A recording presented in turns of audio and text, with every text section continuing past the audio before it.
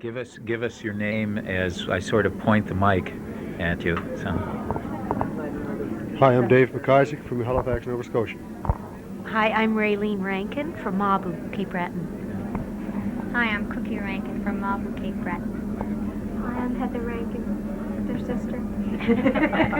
Hi, I'm John Morris Rankin from Mabu. Who is the? Yeah.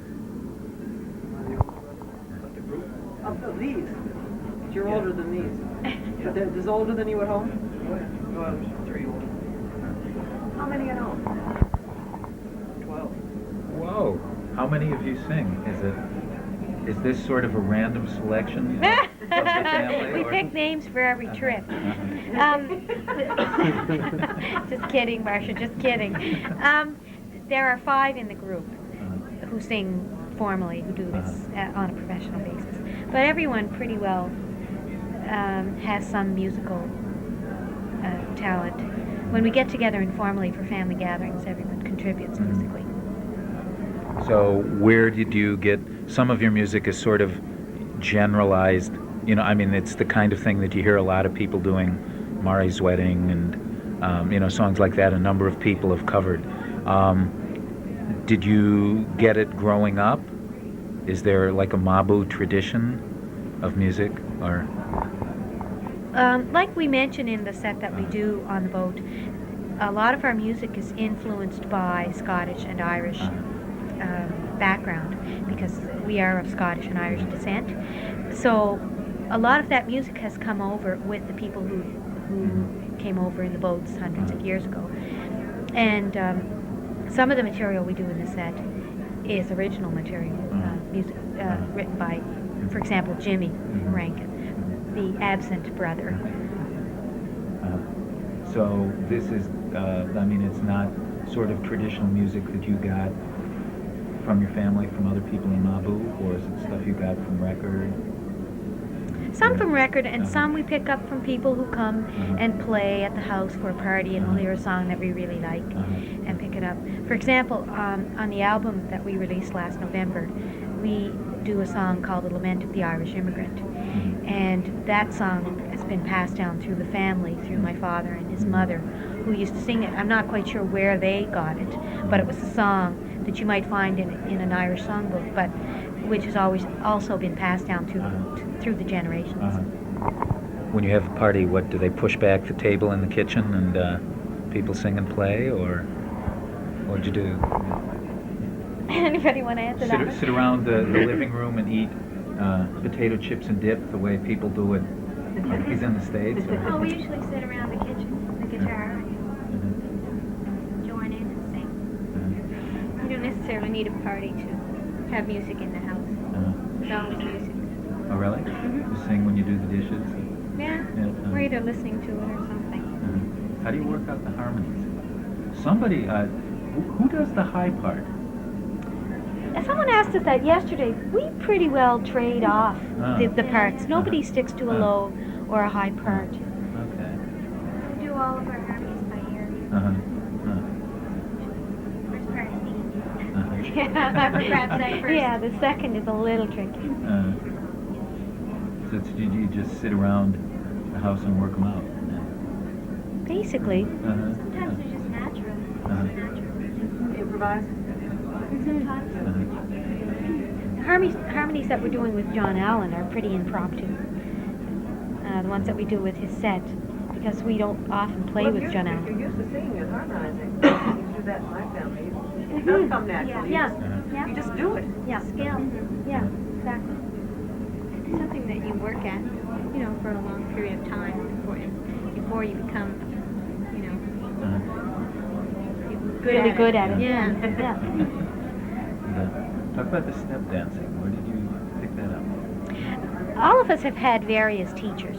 I recall being taught in the Mabu Parish Hall by 2 different teachers. Mary Janet MacDonald is her married name, who hails from Cape Breton and is a renowned step dancer there. And also the late Father Angus MacDonnell. He was Angus Alec? Yeah, yeah. He was famous in Cape Breton and the Maritimes for his step dancing. But the girls have had various teachers, and a lot they've picked up on their own. Is it something that you learn sort of like every kid would learn, like in 4th grade, or you have to sort of go out and say, I really want to learn this? You have to. I mean, is it something you learn like? It depends how good like you did want. arithmetic. When I was in 3rd grade, everybody had to learn the tonette. This little black plastic thing. I mean, is it kind of like that in Canada? It's like in Michigan, nobody does anything like that. I think it depends on the level of proficiency that you want. Uh-huh. Because if you grow up in a family where there's a lot of music happening, step dancing sort of goes with. Yeah. Goes. Everybody in the house is aware and knows how to do the hop. Yeah. The hop? Yeah. Is that, The basic that- traveling step. Yeah. Uh-huh. Yeah, but as the steps grow more complicated, that's Uh-huh. when you may want to go to a teacher Uh-huh. and maybe pick up someone else's style and then develop your own. Are people adding new steps all the time? Yeah, we are by no means really, really good step Uh-huh. dancers. We know basic steps. Uh-huh. If you went to Cape Breton, you'd see. Is there a lot of competition? They have like step dancing champions of the island? There's not They don't necessarily any compete. champions. No, Uh-huh. but there are different levels of excellence. I Yeah. guess. Yeah. There's no formal competition. No. The best ones get invited to the big concerts to get up and dance on stage. Because I have seen, people like in Massachusetts who are billed as step dancing champion of X, has won this prize, but Yeah. It's not- Other places seem to get into that, but they're Uh-huh. not really into the competition Uh-huh. factor. Well, Floyd Cape Breton. LeClaire, one of the Acadian dancers here on the boat, is currently the senior step dancing champion of Prince Edward Island. It just happens in Cape Breton. Probably because there's just too many step dancers, they don't have a competition. I think it would create bad feelings. Yes. Yeah. I don't think it's necessary. No. I mean, it's part of your culture to compete, and having a skill like that would be. They don't have fiddle contests in Cape Breton either. Really? No. They've tried it a few times, too much of that feeling. The other thing with step dancing is I don't know if it's so much technical excellence as it is style. If you know anything about step dancing, you'll see that various step dancers have totally different styles, and that's sort of what makes them unique. You have beautiful style, it doesn't matter if you only have half a dozen steps. Yeah, I think If you have great style and well executed. There was something else I was going to ask, but I forgot. Talk about the original songs a little bit. I know he isn't here, but Maybe John is better. A lot of them have local themes. For example, the Orangedale Station. why that station? I think somebody asked him to write a song. The train doesn't run through the window there anymore. Recently, rather than tearing it down, they turned it into a museum. Of what? Station house. A what? In Cape Breton, there are various heritage societies, and I believe, I may be giving credit to the wrong organization, but the Iona Village, which is situated near the eastern side of the island, has a lot of restoration going on in their village and also in other places. And our relative, he's a former American, James Sinclair, was involved in the restoration of this station house, and he was talking to Jimmy about it and suggested that maybe Jimmy commemorate the occasion of the opening with a song. So it's the same thing as happening there as here. The trains are being really cut back, and everything's going by road, and by truck now. Yeah, very much so. And it's one of the only original station houses that is left that could be restored. Well, they had a big crowd gathered there to protest the ending of rail service on Cape Breton at Orangedale Station. Unfortunately, they had a big protest in Sydney, so the train never got to Orangedale. They stopped it in Sydney with the mob there. It's a very sad day, the end of the trains. As far as songwriting goes, Jimmy writes a lot of strong material. The album I was talking about a few minutes ago, he features 3 of his tunes. One of the more well-known ones is Lonely Island, and that also has it's very topical. It's about Port Hood Island, which is pretty well, it's on the western side of Cape Breton Island, and it's pretty well owned by people who are non-residents, and it's a complete contrast to the history of the island, where it was owned by farmers and local people who worked the land. Is that happening a lot? People from the rest of Canada or the States moving up there and taking over the area? Taking over Cape Breton particularly because it's so scenic. I know that's what's happening, like in Maine. Everybody from Massachusetts and New York is moving up to Maine, and so all the saltwater farms that you used to be able to get, now they're going for $20,000 an acre. So all the farmers, of course, are in the cities. Yeah. Well, it seems to me that happened a long time ago. Yeah, it's been About happening 20 for years, years yeah, now. for Really? years. Yeah, there's one part of the western side of the island, Broad Cove Banks, which is fairly close to Mabo. And a large percentage of the land there is, the old farmlands are owned by non-residents. So it's like vacation homes or Vacation homes. Yeah. condos Yeah. or... They're doing positive work, though. They're trying to create the area as, preserve it in its natural state. Keep things from destroying the landscape, I guess. Is there like a nature conservancy or a land trust, they call them here? I believe that there is something like that. That's like the French-Canadian side or I don't know anything about west the side of French. the island? Oh, Oh. Actually, the French-Canadian population is mostly on the northwest Shetty Camp, that area. Oh, so it's farther up. Marguerite, yeah. There seems to be a lot of sort of preservation of heritage. People are very aware that they're Scottish there. There's like the Gaelic colleges, and I think there are a couple in Nova Scotia. And in the because there was one, in Cape Breton, and there was another one somewhere Well, in the southern part of the island. There's only that one Gaelic college. Oh, They okay. teach Gaelic at every Okay. college. What's happening in Prince Edward Island? Is there With the Gaelic, Yeah, I thought that there might be a Gaelic college there. Perhaps I'm wrong. there are some Gaelic speakers there, there's some Gaelic singers there, but I don't think there's any organized, beyond perhaps classes. I have a question for you people. Now, John Morris has been on the scene back since the Vanishing Cape Breton Fiddler documentary of 1973, I think it was. He was a lad of 11 and was the only up and coming, the only young fiddle player they could find. Probably didn't look very hard, but you were about it then. And then Raylene, we found you in the Rise and Follies of Cape Breton Island, those wonderful stage shows. And all of a sudden, you've got a family group. What happened? What happened? How did you and John Morris and the others decide to form a family performing unit? We were older. I think if you look at those dates, that was the early 80s, late 70s and early 80s. And since then, everybody's pretty well gone their own way. And for example, the girls were at university studying fine arts, and Jimmy was in art college. So we've all pretty well been doing our own thing for a while. The girls participated in the review, which is the summertime review. Same type show as the Rise and Falling show. Right. Skits What and music. what is this? Skits and music, topical skits, Uh-huh. based on things happening, and sometimes political, Uh-huh. and sometimes comic. It was the Rise and Follies of Cape Breton Island, which took place 4 times, starting in 1977. And then I think it's 3 years now they had the Cape Breton Summertime Review. And then last year was the Juddick Jig with the Rankin family of Mabu. I'm sorry, not the Mabu Jig. I'm sorry, the Juddick Jig, the Marsh, church. you're going to have to learn how to say Mabu the correct way. I said the way you brought it up. He says it the right way.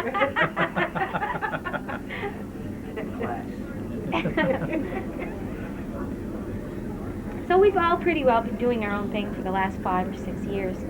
And then last year, the girls were finishing university, and John Morris was doing music full time. And I was sort of evaluating the first year of my associateship. And it came together that we were able to do the jig in the summer.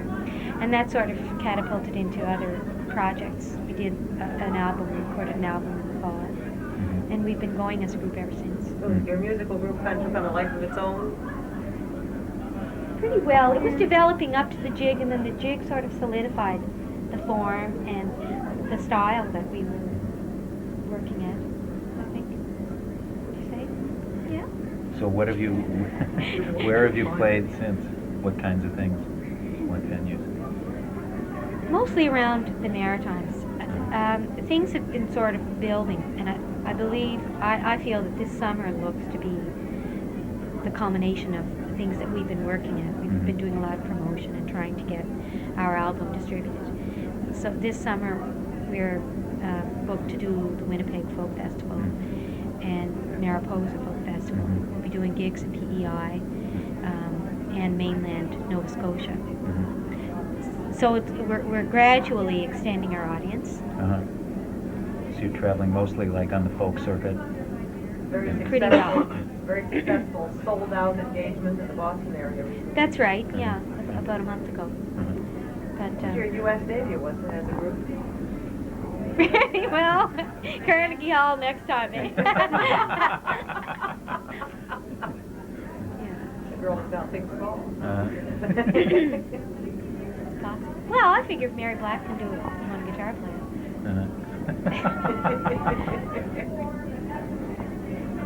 What about this long-suffering fellow on your right? Yeah, poor Dave.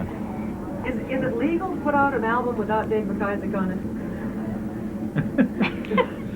They got special jails for building homes for them.